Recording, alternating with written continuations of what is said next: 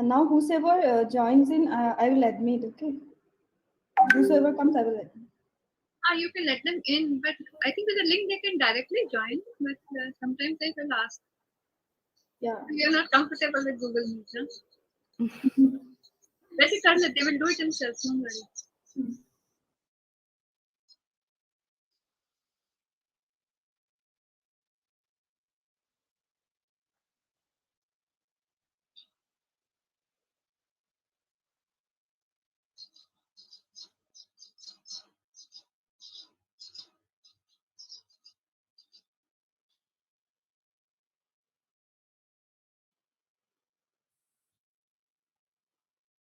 It's there in the YouTube.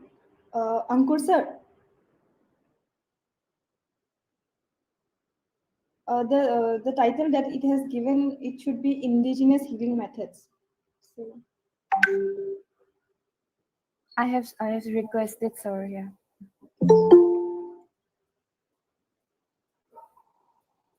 so I will start admitting people. Okay. Yeah.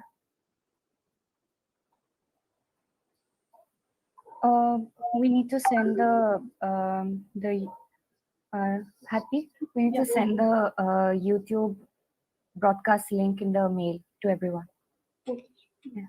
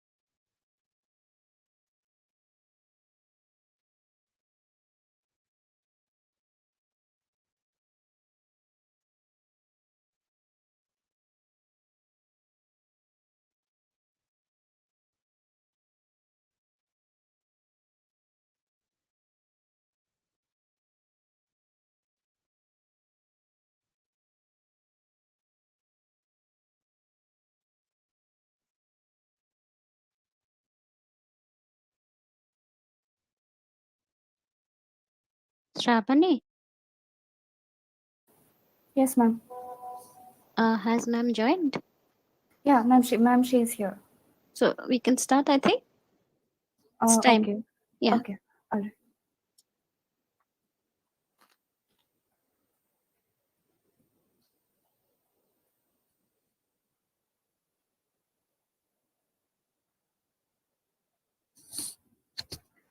Warm greetings to everyone present today for the national webinar on Indigenous healing methods and well-being, organized by the Faculty of Humanities and Social Sciences, Assam Downtown University.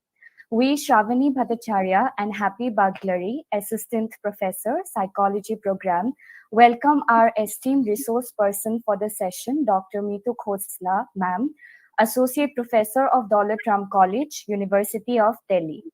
We also welcome our Honorable Dean Ma'am, Faculty of Humanities and Social Sciences, Dr. Pratiti Burman, and we welcome dear Professor Lanu Devi Ma'am, Head of the Department of Faculty of Humanities and Social Sciences.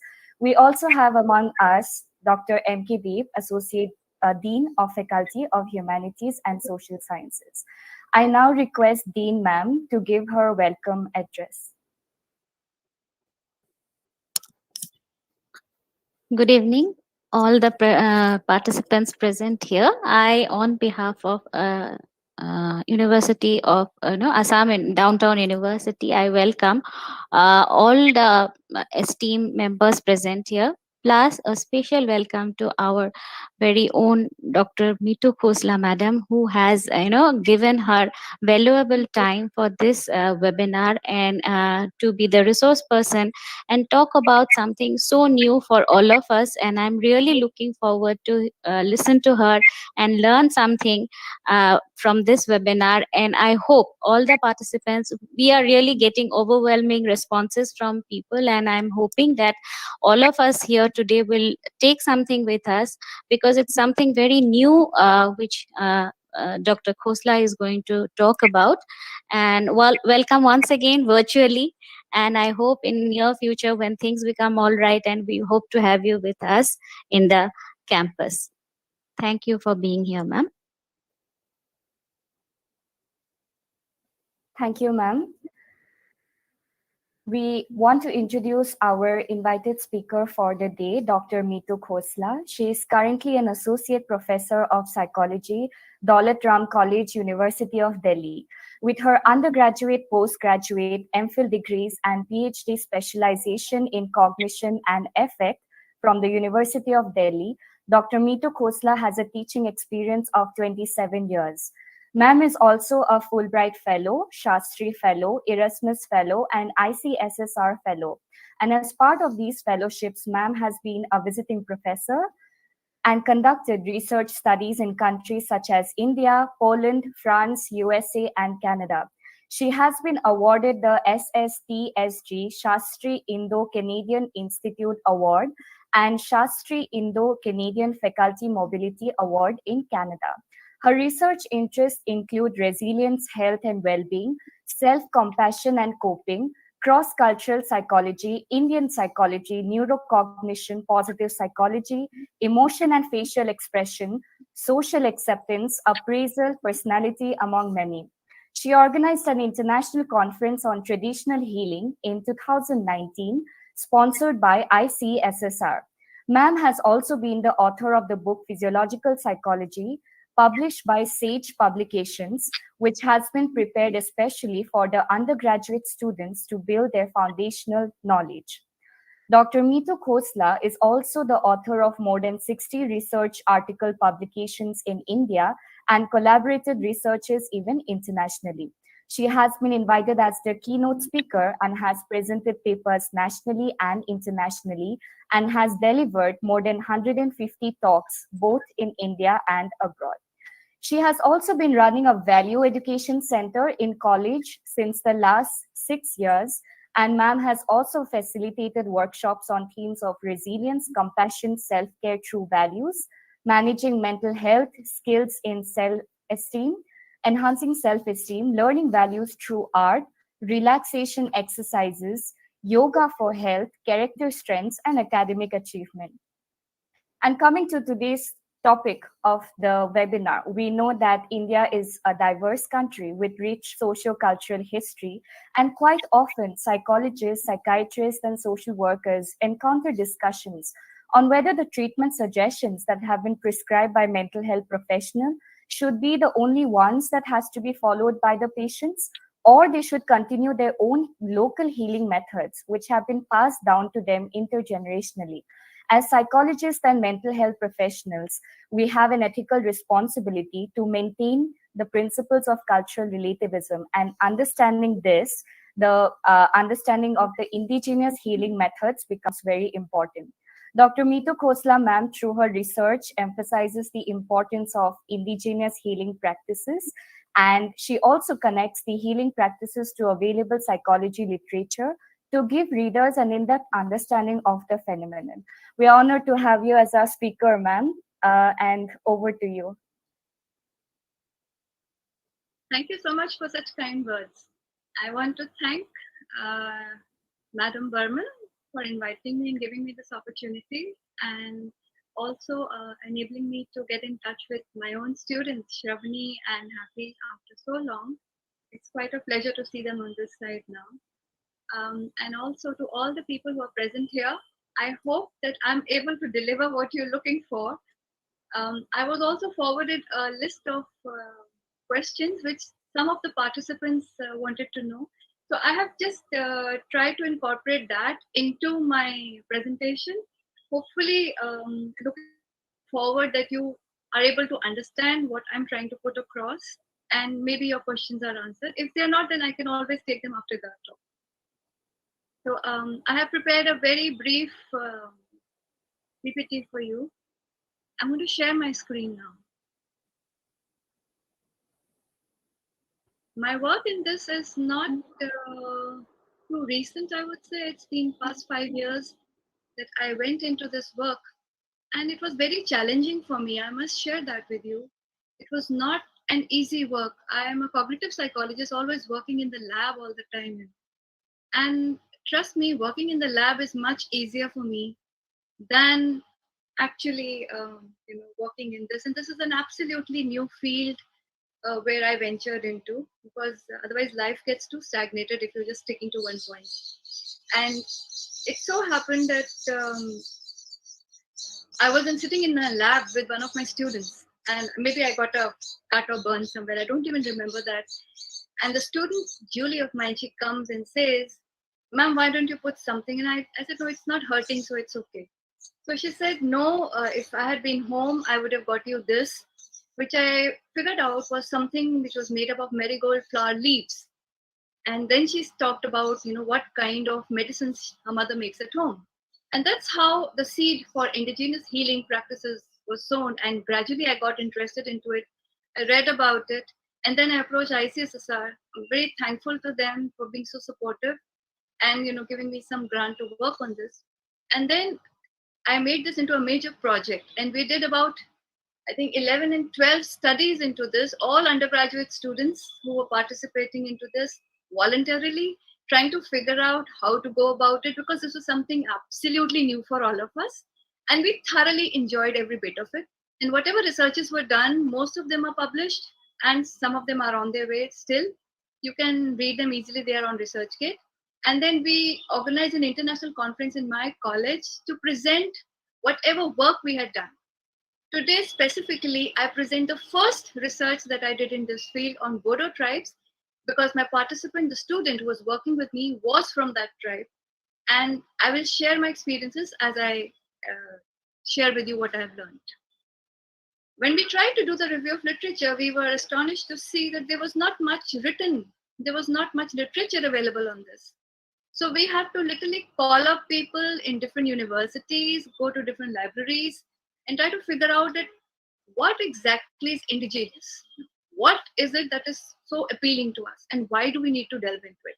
So the girls who came to me for research, it was very nice that we started with one participant at the back of the library in my college. And then slowly, whenever we used to sit after the lectures and sit in the lab, 2 or 3 girls would say, "Ma'am, can we just sit around if it's okay with you?" And that's how we gradually spread to all states of Northeast. down south to Rajasthan to Delhi, throughout India. And we try to figure out how different traditional healing practices go around in these specific So what we tried to see was that how this knowledge, which is so deep and so enriched, that it should come out to us. We are not aware of any of this. So this research was motivated to understand that how can we see and learn from these people, their knowledge practices into ours. What are the knowledge systems that they use to heal? Because they are healing people. They are treating, people about small and big, all kinds of problems in their lives. So how is it that they are doing things, and it's a vast majority of the people in these rural areas which have who have no access to the modern medical practices. How are they being healed? So I'm just trying to share with you how I got motivated into this. And then I remember still, and Julie and me both crying in the lab and saying, "Ma'am, how are we going to go about it?" I said, "I don't know. Let's figure out how we're going to go about it." So we did a brief pilot study and we discussed and we interviewed some of the tribal girls. One of my lab assistant is also tribal. And try to figure out what happens in a tribal's life, what is their culture all about, what are their family systems, what are the moral systems, how do they deal with people around, what kind of practices do they have? Because we had no clue about people from the tribal areas. Surprisingly, about 40% of the tribal areas in India, they reside in the northeast. So gradually as we got more involved into it, we started delving more into it. And we found out that this was a tradition that was passed down orally. We had to call up people. And of course, we had to call up people specifically in Assam, in this particular district. And people had to be, my student went and approached them. And we tried to figure out what and how healing is being done. So it was all an oral tradition. There was no written text. In some of the tribal areas, there was not even a dialect and we didn't know how to put it down. So whatever they would speak, she would write down in her language and then we would translate it into English. So it was so difficult and then back translate into her language to figure out that whatever was said is actually, we've got the meaning out of it. So what we found out was that they deal with a particular culture, a group of people, and they have specific languages of that area. Also, they have different ethnomedicines, certain rituals which are there and which are specific to these people, and certain ceremonies which these people carry out. Now, we were allowed to participate and just to be a participant observer, do nothing. And sometimes we were not even allowed to participate, but they just shared with us the whole experience of the healing component. In the holistic healing, we found that their approach was very much taking the mind, body, spirit, everything into account. It was not dealing just with the disease. Oh, I must share this with you. When I started with this project, I had to go through the ethical committee in my college. And since I was comparing the traditional healing practices with the modern medical practices and trying to see how they are acceptable, what is the belief patterns of people towards them, what is the attitude of people towards them, and so forth. But I was not trying to understand that what methods they use or what methods they use, but my emphasis is more on the psychological component. And there was a lot of resistance as to why I'm going to compare. My effort was to understand that if traditional healers have something to give us, why cannot they add to the services of the medical practitioners? That way, we'll have a more holistic healing. So in this effort, we found out that most of the traditional healers, they are actually decided or determined or destined to be so.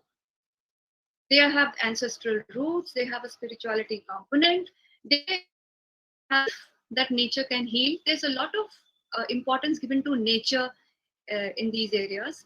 It's also important to understand how we relate to the nature. That is a very important component because there's a firm belief that the nature provides us. So if we are not taking care of the nature, then it's going to be a big havoc. Also talking about the value systems which are over there. What we found was that the healer in a particular area is doing multiple tasks. He's not or she's not just the healer, but he's also like a caretaker of a big whole family of community of people. And he's responsible for their local problems, their personal problems, their marriage issues, the family issues, apart from the physical ailments that they have. So the healer was an all-in-all person who knew everything about this person who was seeking help from him. The emphasis during the treatments was basically having a balance between the mind, the body, with the environment. I will be showing you some pictures which my students got from there. Now, there are different types of healing practices. So, we did a variety of researches with yoga, with Ayurveda, with folk healing, with bhakti, and a bit of, what should I say? Um, I'm forgetting the name.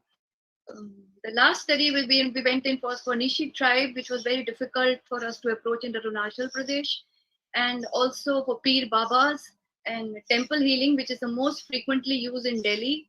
So we tried to use different branches of traditional practices to see what is the acceptance, what is the attitude, what are the beliefs of people towards these kind of healing practices. So we have the gurus. In fact, we also covered a Sikh study where the student went and collect data from the Sikh gurus and the disciples and the people who were seeking treatment to see what is the relationship. And then we did another study on the guru-chela relationship to figure out how can guru be the healer. Then upon the priests, the shamans, ojas, we did a study on ojas to figure out how the treatment is done by the ojas and how the impact is perceived by the people, and the fakirs.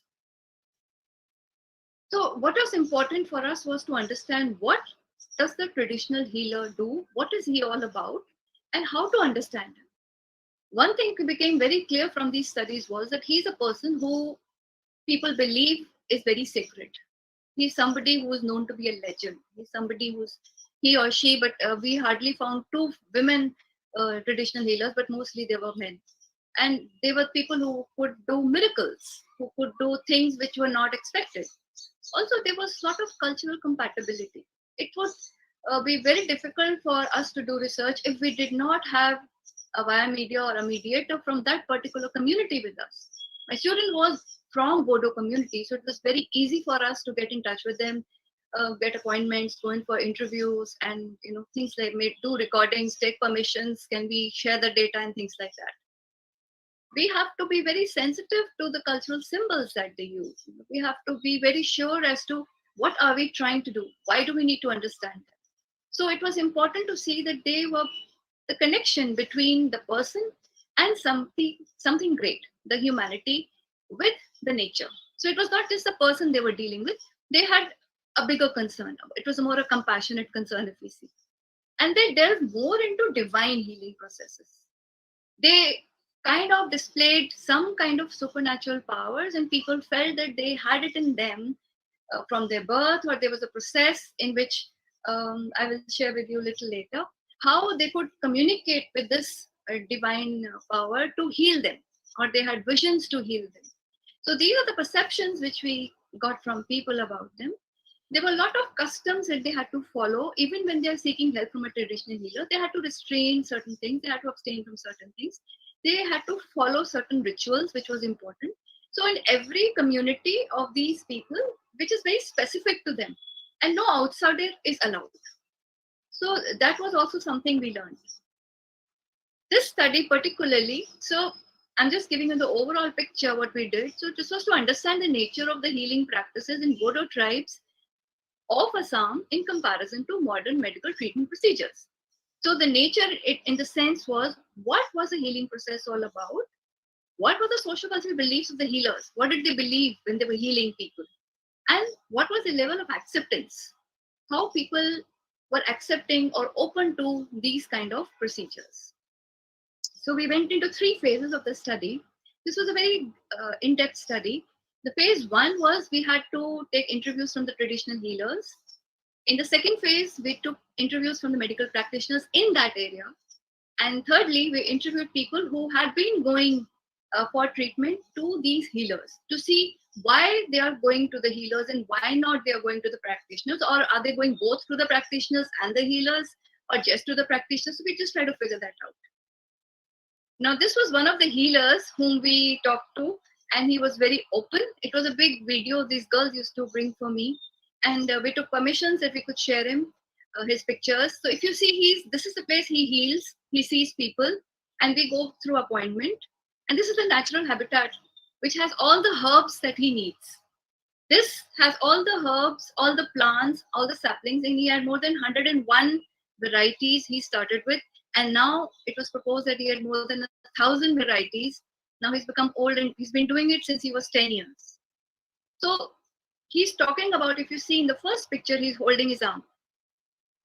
He's trying to explain that how, he would just see the vein and just try to see the pulse and figure out what is happening with the person. In this picture, if you see, he's pointing towards his heart. He was saying that if he would just, use his hand over here on the heart to figure out what is the level of the functioning of the heart and what kind of ailment the person is happening.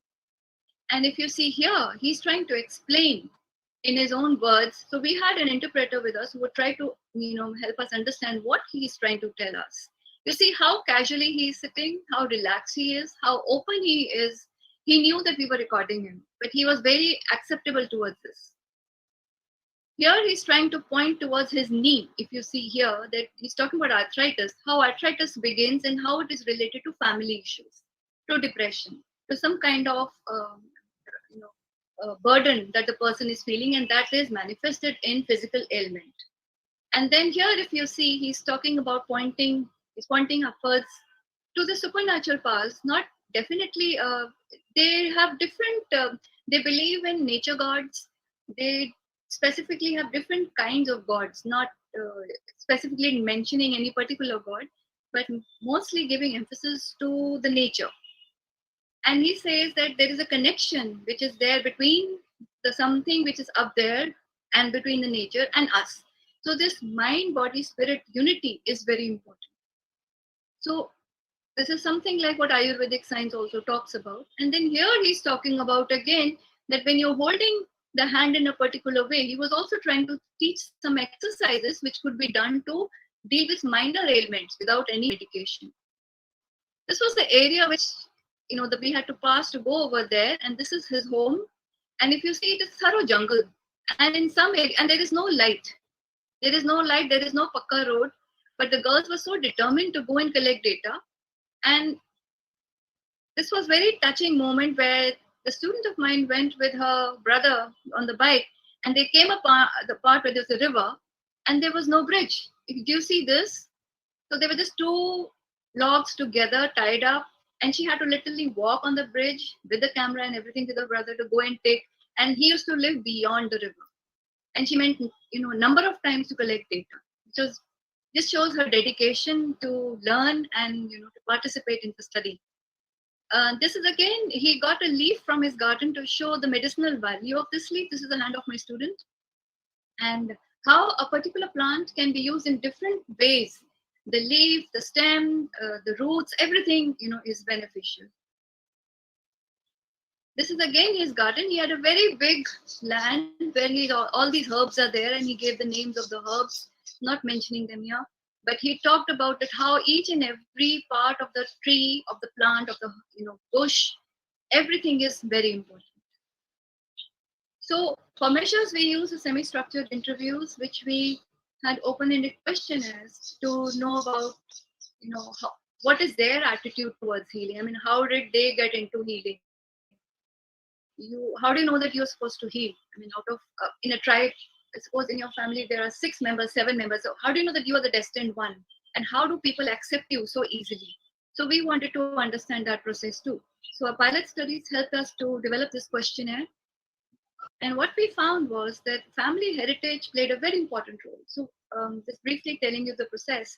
So we went in for these interviews, we recorded them, we transcribed them, and then we did content analysis. And then we found certain themes, which I'm going to share with you very briefly over here.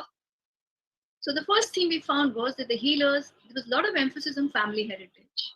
And they said that it was the power of the ancestors.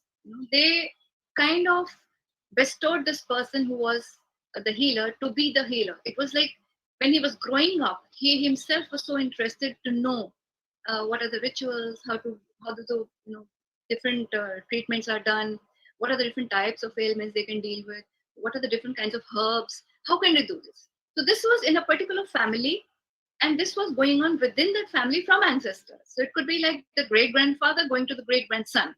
and rest of the members in the family are not healers. So it was already decided kind of by the ancestors, they said. They also talked about the supernatural force. It could be a vision of God. Some of the healers said that, because we interviewed around 4 healers in this area, and all of them said that it was kind of a vision of, some of them said, 2 of them said it was a vision of God. They were sleeping and they had a vision of God saying that you need to get up. They were around 8 to 12 years when these things happen, and you need to venture out in the jungle to figure out the herbs, to learn about them.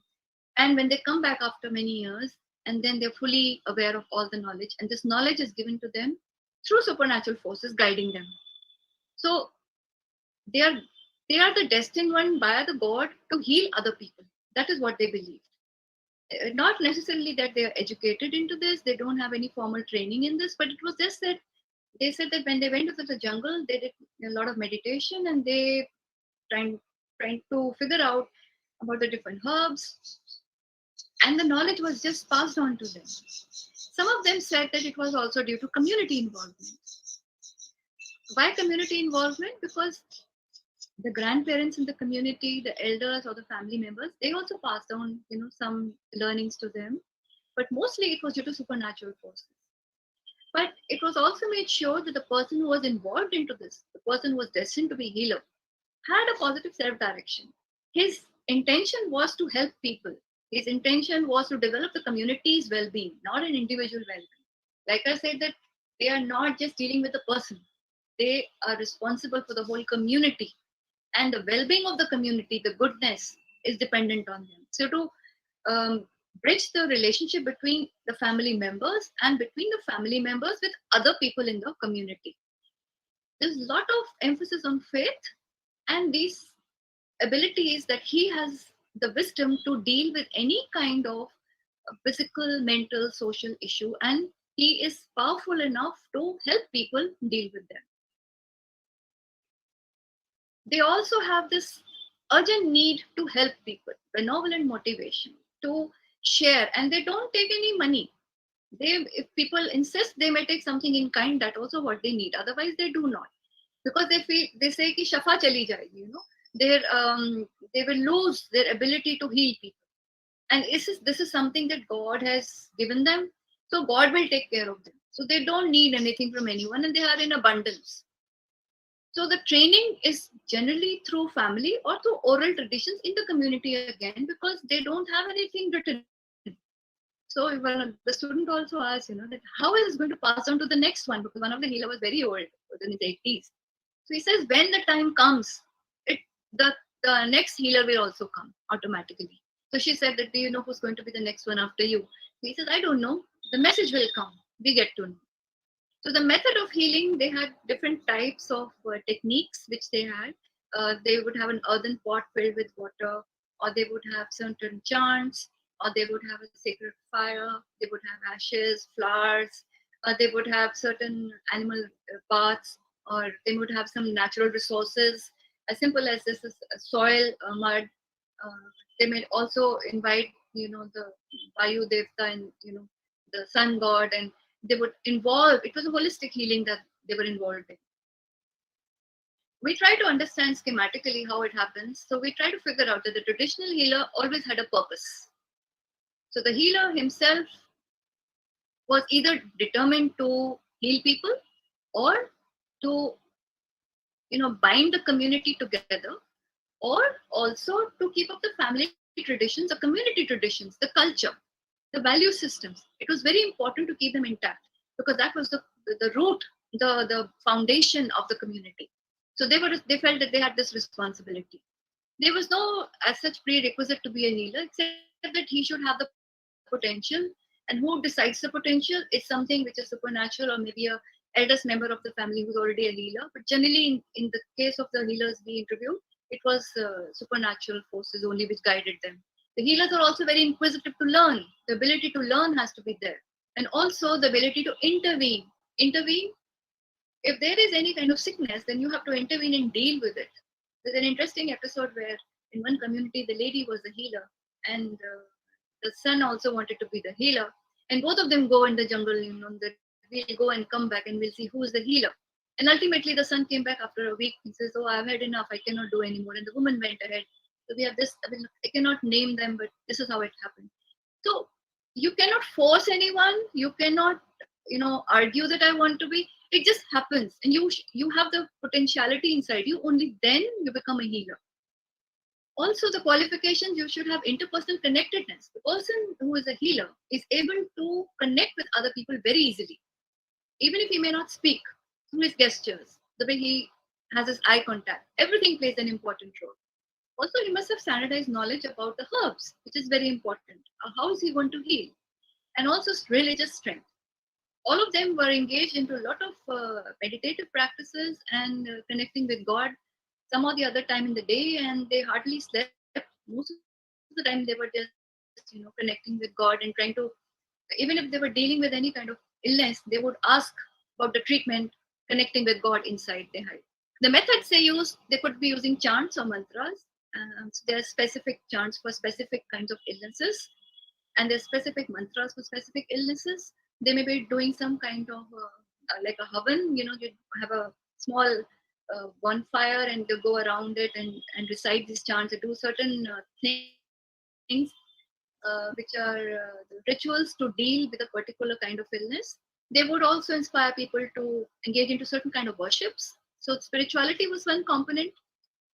Also to connect with people around, that was very important. And the medicinal component, there were two types. One was using the nature. From the forest, you could obtain these herbs from him, or they could be available in the local community, or you could just buy from the market. Some he made himself, these healers made themselves. I mentioned some names, but we were not into learning the procedures as such, but we were more interested to know that how people are approaching them. And it was so compelling that we just got into it. It was like, you go inside and the whole new world opens up. So what was the gain for the healer? What does he gain out of this? We wanted to know that.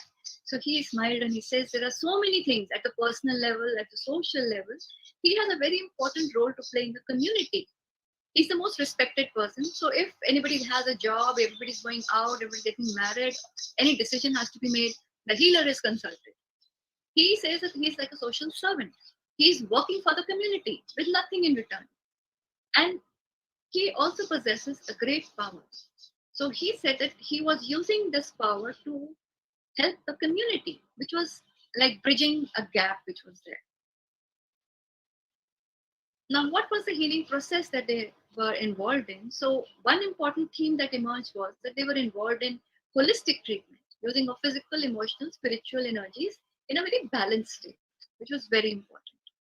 Secondly, they gave a lot of importance to social cohesiveness. That if you improve your relationships with your family members, then if you're able to relate to one another, then you're also able to communicate with people around you, in your neighborhood, in the community. So if you want to feel good, if you want to feel happy, so the key to that is not just you. The key to that is your relatedness, your relationships with people, and how you're able to develop these bonds with people around you. Then it was psychological well-being. That sharing the problems with the community members was a very important therapeutic for them, because if people would sit in a circle with the healer and people with similar kind of problem would share, this is how it happened, this is what they were doing. So discussing this with family members or the other people who were suffering helped to heal the people. Also, he said that it is very important that past negative experiences are relieved, they are shared, because if you don't share them, the traumas keep penting up. So in order to relieve the trauma, in order to remove the distressing component, the moment you start sharing, you feel very comforted, and you also gain a lot of social support. So these components which emerged were very, very surprising for us, because we thought that for them, society was not important. For them, only the herbal treatments were there. So this was something new we learned, that here it was a holistic treatment, and the amount of emphasis on community healing that was also given was remarkable. There were certain rules and regulations. If they were giving prescribing medicines or certain extracts that they prepared, they would go inside, prepare the extract or the medicine and bring it for the person outside.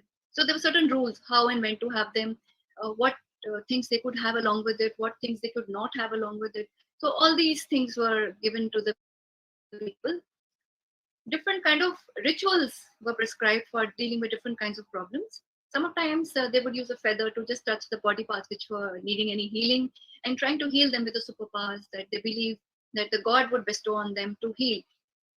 A lot of time emphasis was laid on praying to the nature gods because they said that whoever is suffering, it's a spirit that is suffering and it needs some connection with the nature god. So chants were the most useful thing and most easiest thing to do.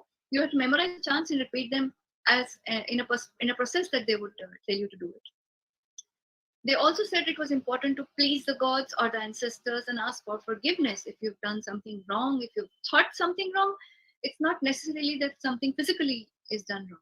Even a thought in your mind which is negative, that could also influence you. That could also be a cause of an illness. So, any kind of forgiveness, any kind of thing that you have done or you are planning to do which is immoral, you have to seek forgiveness from your ancestors and God because the ancestors also protect you. They give a lot of importance to ancestors because they say that they are always there around you and they are your they are your security system around. So it's very important to be in their good books. Also, there's a diet plan and a particular lifestyle that you have to follow if you're seeking their treatment procedures. Because otherwise, they won't work.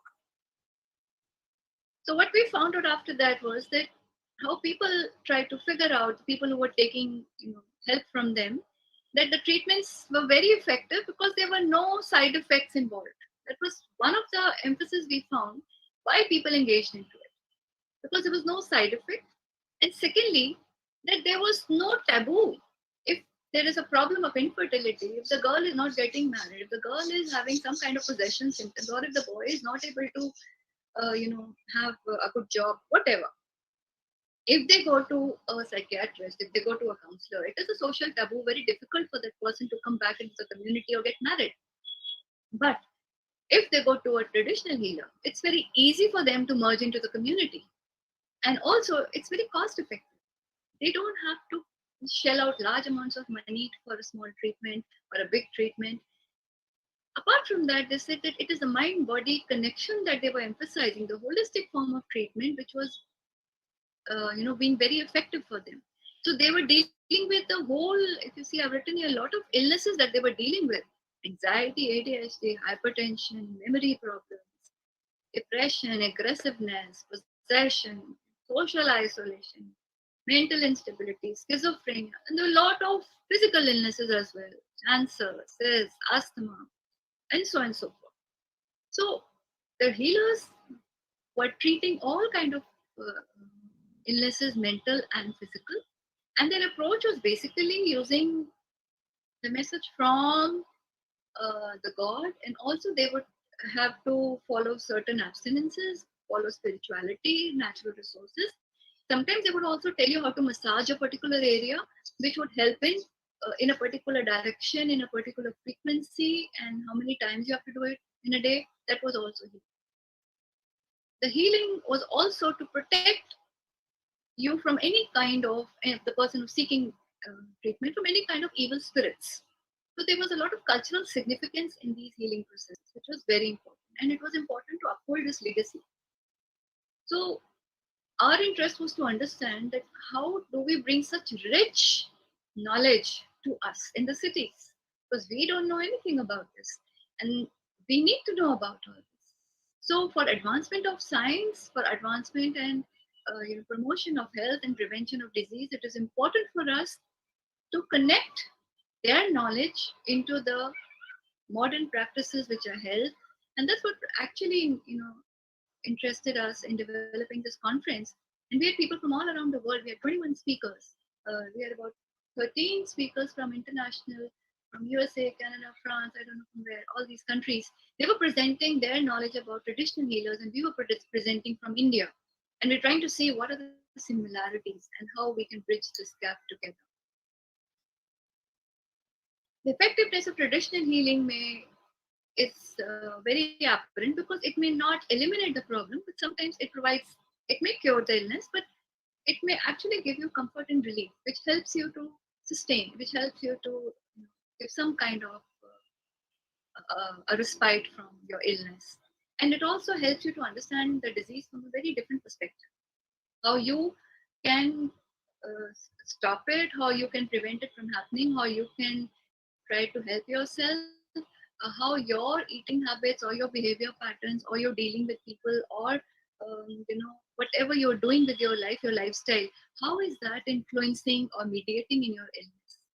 So this was one way where you could understand how to relieve your symptoms and how to enhance your functioning by uniting yourself with the community, with larger nature, and of course, trying to bridge this gap which is existing.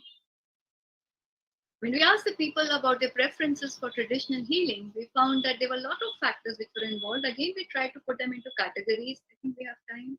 5 minutes more, I'll finish it up quickly. So we had the personal factors, the social factors, and cultural beliefs. The personal factors of people having faith in this healing. This healing works only if there is faith. If you don't have faith in the healer and you go to the healer and say, okay, heal me. It's not like that. You cannot test a healer. You have to have total faith. Just, submit yourself to him and he will help you out. Also, people have faith in the religion. They feel very powerful when they go to the healer. They feel that they are very close to God because healer is one person who makes them close to God.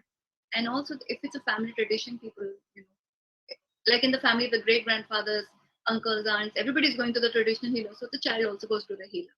So there were also factors related to self-esteem. They felt good going to the healer. The healer made them feel very nice. The social factors, what they had, family support. If in the family people were going for traditional healing, but there were other people who were going for medical practices, it was very difficult for this person to break this barrier. So the family support was very important. Social acceptance was very important.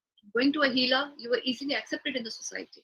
You were also happy, and you were also becoming more altruistic in your activities. And definitely, healers were more accessible because they were in the community, and you didn't have to travel far off distances, and he was always there for them, and it was obviously cost effective.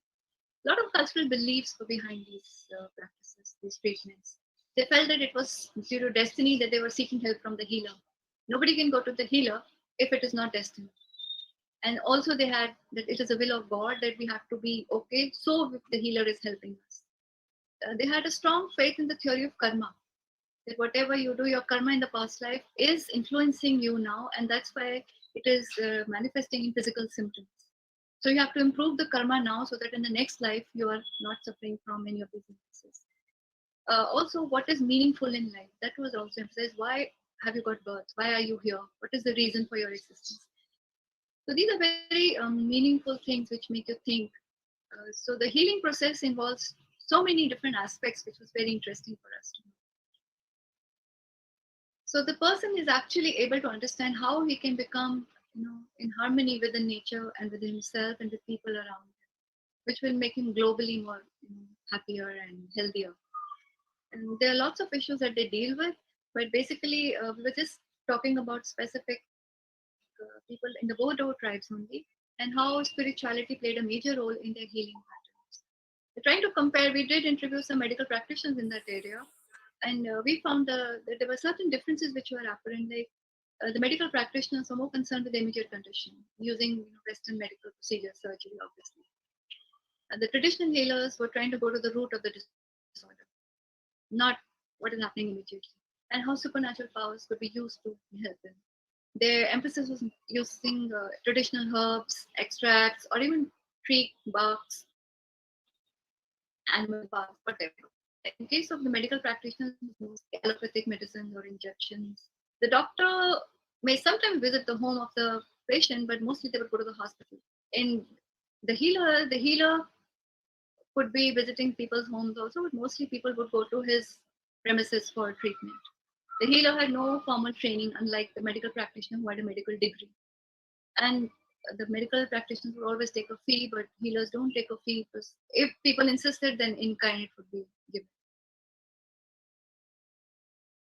So if you are interested in doing further work in this, it's important to promote awareness into this field and how we can learn from them and how we can include this into our education. So when we were revising the LOCF, I tried to incorporate this part into it, the health psychology, how traditional healing is so important for us and how we need to know more about this and delve and do more work in this which is required because there is not much work in this field, and how to bridge a gap between them and the medical practitioners, and how can they work together.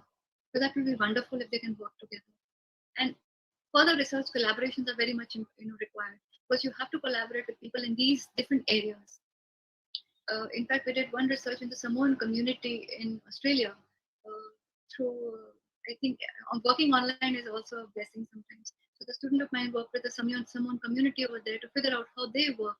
And there was another one who worked down south, and try to see what kind of healing practices happen over there. And then we try to figure out so what is actually required is a collaboration all across. So first we do it in India and then we go around, and then to bridge the gap is very important. So I will stop here. I hope I could bring across what you were looking for. Thank you.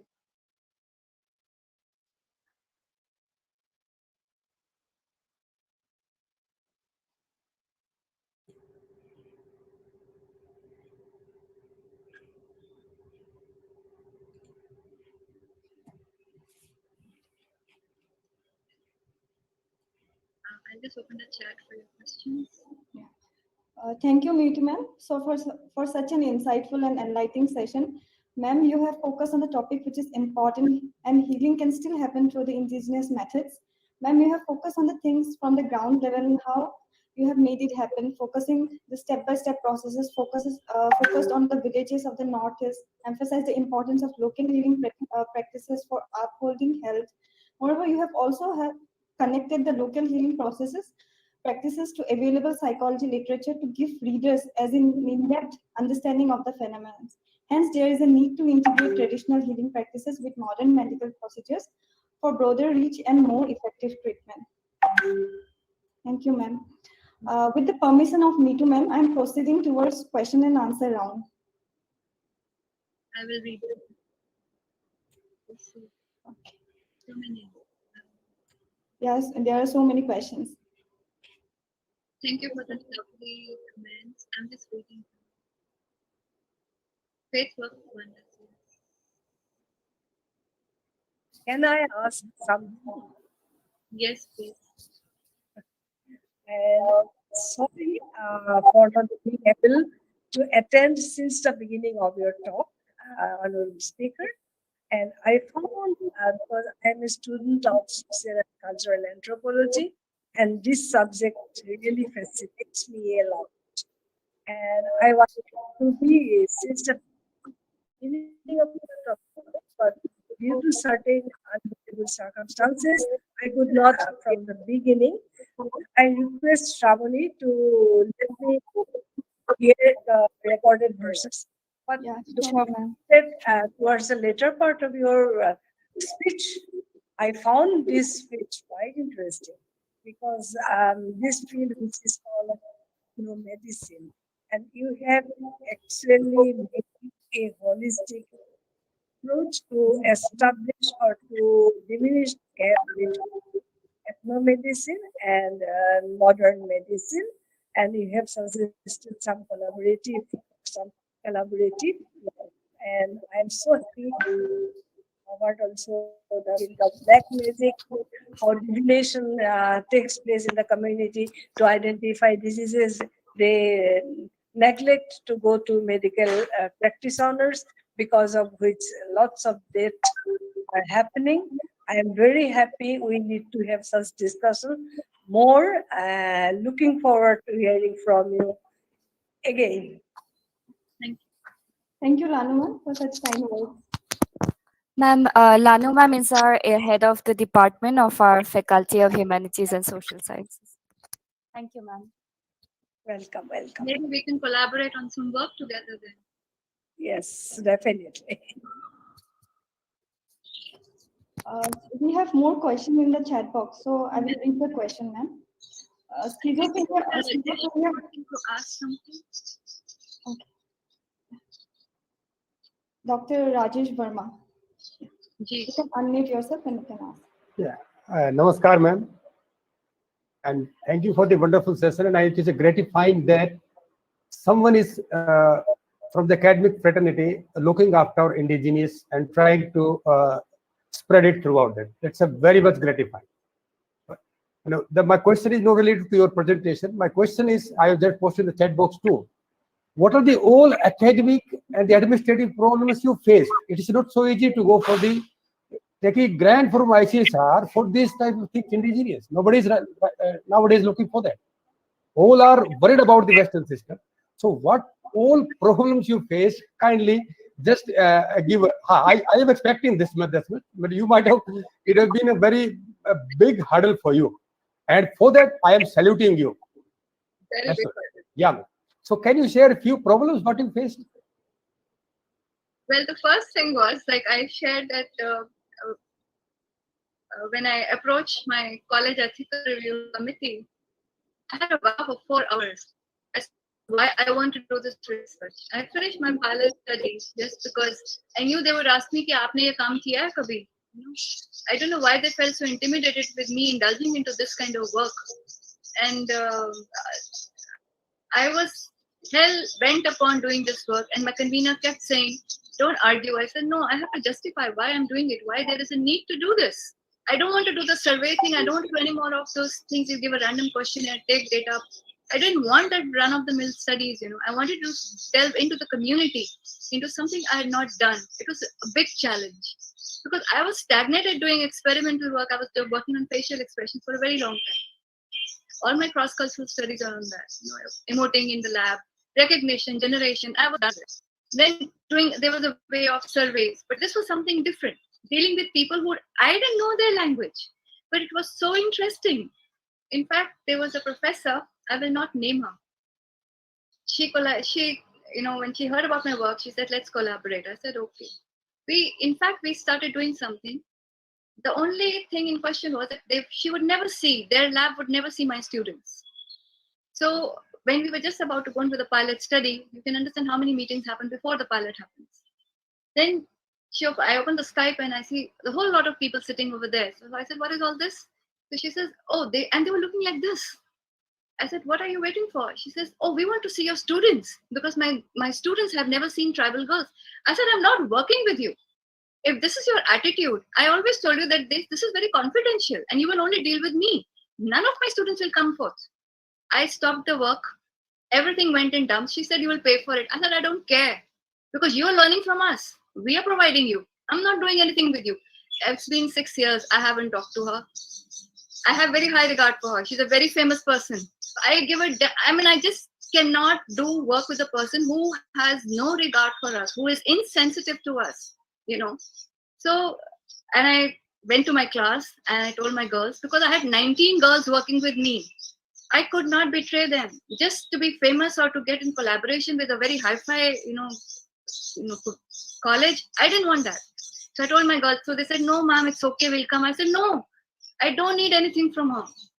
Let's figure out ourselves. Let's do it our way." So that's how we went. We did everything ourselves. Me and my interactions. There were 2 barriers. The third barrier, I had no grants. I told the girls, "You're not getting any credits. You're not getting any marks. You're not getting any money from me."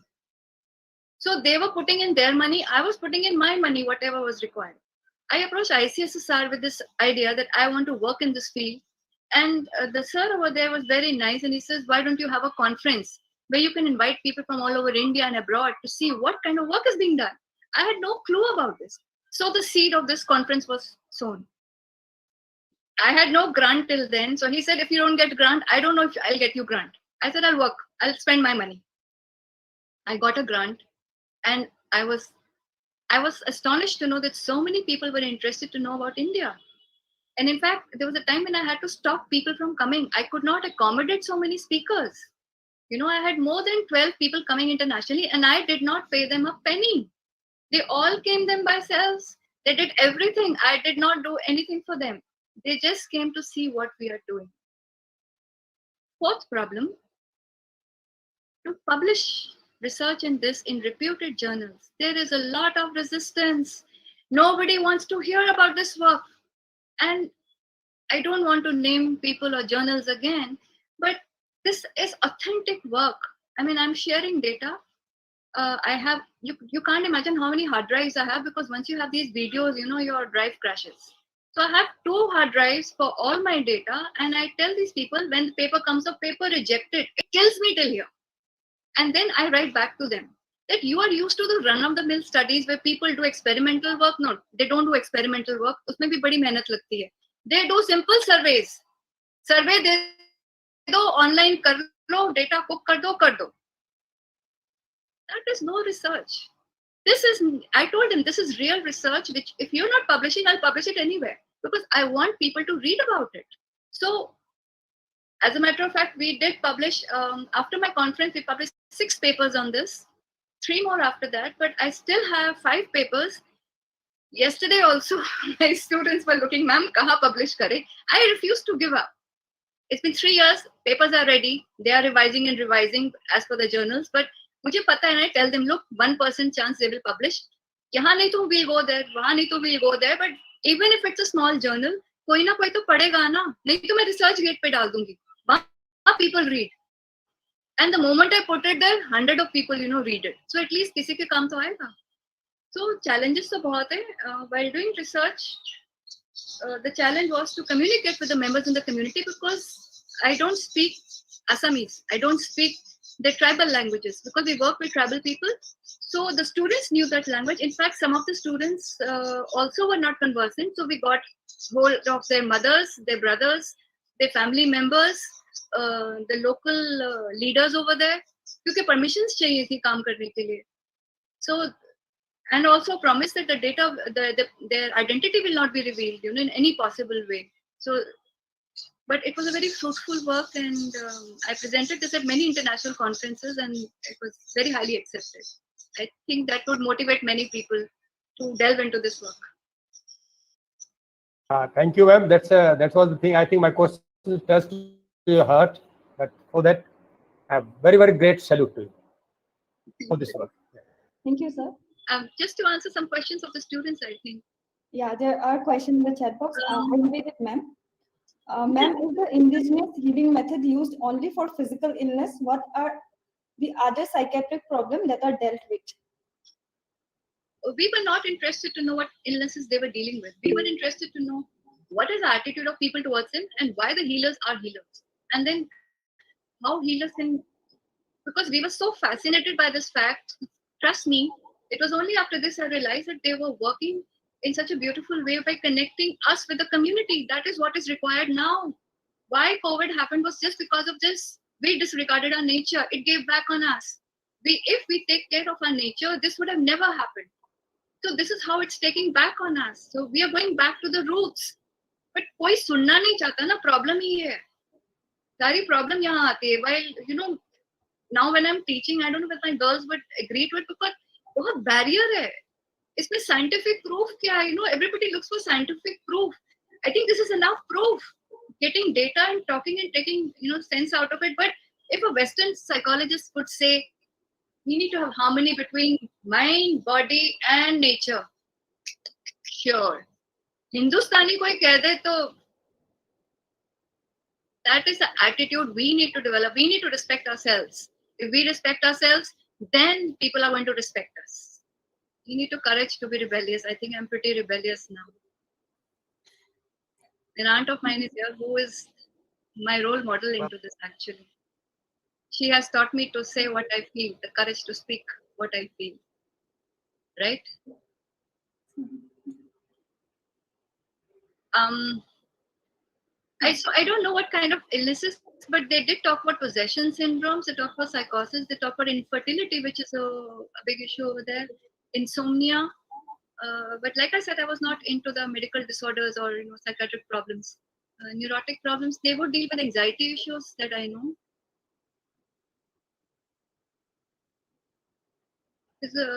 Faith healing is very important, but they don't sometimes cure, but they give you enough, substance to sustain. They give you the belief will help you survive. The belief changes the way you deal with the disorder, and it also helps you to propel forward. So despite having an illness like psychosis is something that stays with you for quite some time. So learning to survive in the community, they give a lot of emphasis on आप तो major people are from Assam. You would know what your belief patterns are like. मेरे लिए सब नया था. Being, belonging to a Punjabi family from Delhi, totally different. But I also have very strong belief in my God. So I feel that God gives you immense strength to move forward, and this is what they work also on. They only have physical illnesses. They can deal with mental illnesses, even with if a girl is not getting married. So that time also they would go to the healer to say ki, or to ask ki, why she's not getting married or he's not getting married and how to go about it. वो बड़ा important issue था. Okay, I'm just reading the questions. I hope I do justice to everyone. Yes. Okay. Have I answered everything? Ma'am, one of our senior professor, Dr. Aruna Brutra from University of Delhi is also with us. Ma'am, would you like to give some comments? Ma'am, you need to unmute yourself. Aruna, ma'am?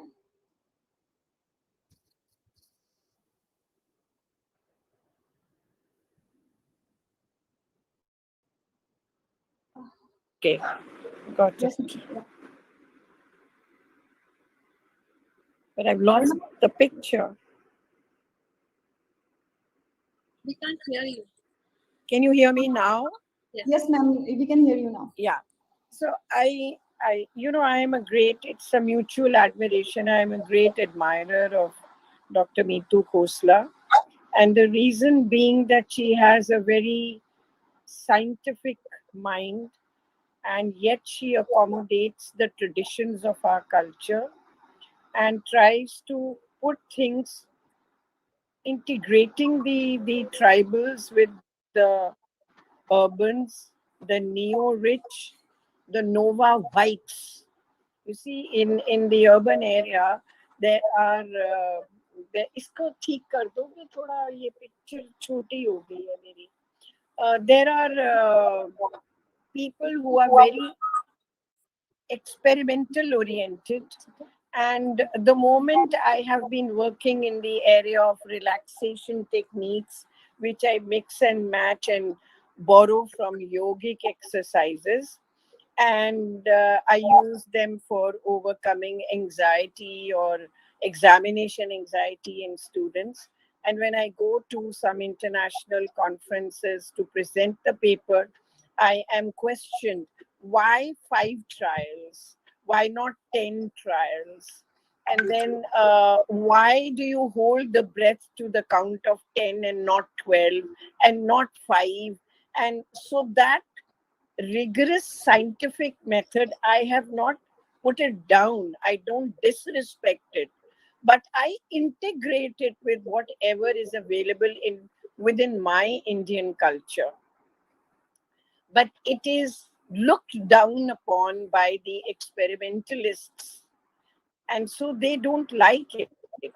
And yet I can share something without naming people, confidential, that when there are medical researches for new medicines, for new vaccines, and when we say that, well, you've got almost 10% that negates the idea of this kind of a medicine, they say, that's all right. We can go to public and try it out. And then it's all right. Why? Because the medicine is shared by the whites. Do you see that? So we have such a complex and lack of confidence within our own richness of traditional healing that I don't know how I would have survived in my practice in India without using indigenized methods. Like I do a lot of pranayam, I do a lot of shavasana. Now, in English, you can call, deep relaxation. But I will, if I say Shavasana, then even some of the very urbanized youth will say, Buddhi hai, kisi pati hai, ki hai. I'm very proud of it. If I can show you results that your family is now a happier family, I'm very proud of it. So the research with Dr. Khosla does is again trying to connect the scientific mind which can be made scientific even to tribal therapeutic processes. Let me tell you that. It's just that there are observational methods, there are listening methods, and then there are anchoring methods, there are faith healing methods. So you can talk of qualitative methods and you may not talk of quantitative methods, but then they are methods. If you can turn out an unhappy, ill person into a happy person, what more do you want from life? What more? Is it that important that I have to show that I've made a vaccine for corona where I've done 20 trials on each person and I've taken 1 million sample? How can I'm not negating that. I'm saying that's very valuable, but it cannot be the only thing that is valuable. That is what I have to say. So, Dr. Khosla, I'm grateful to you that I am a student at the age of 78 and I'm not your role model. You are my role model, and I learn from your daringness. There is one difference between your personality and mine. You never give up, I give up. मैं एक तरफ हो जाती हूँ, मैं अपना काम करती रहती हूँ, मैं काम करना बंद नहीं करती, बट मैं अटेम्प्ट नहीं करती वापस जाने की. जहां से मुझे जरा सी रिजेक्शन मिली तो मैं बोलती हूँ बाढ़ में जाओ, मैं अपना काम यहाँ कर लूंगी. It is not a good thing. You are a better person than me. Thank you very much. If you are threatened only, then they stop you. If you are not doing good work, they will not stop you. And that's what really propels me, that if they are stopping me, it means I'm on the right task. That shows your what would I say, optimism. And I will say that my emotions come on my way, so I practice in a little hut. एक कोठड़ी में बैठ के मैं काम करती हूँ और मैं रीच आउट नहीं करती औरों के लिए. I don't. If you like my work, I will share my work. But if you look down upon my work, please leave me alone. I have no time. I have to work further. So that's a basic. अपनी अपनी nature होती है. It's okay. अब जैसे आप बोले हो, ऐसी यूनिवर्सिटी में आके मैं नहीं बोल सकती. मैं नहीं बोल सकती. मुझे कहेंगे ये तो अनसाइंटिफिक बातें करती है. It's because I've lived in that threatening environment of so-called academics, which is very white in culture and not Asian in culture at all. I am taking away your time. Sorry, please. Thank you so much. Thank you so much. Thank you, ma'am.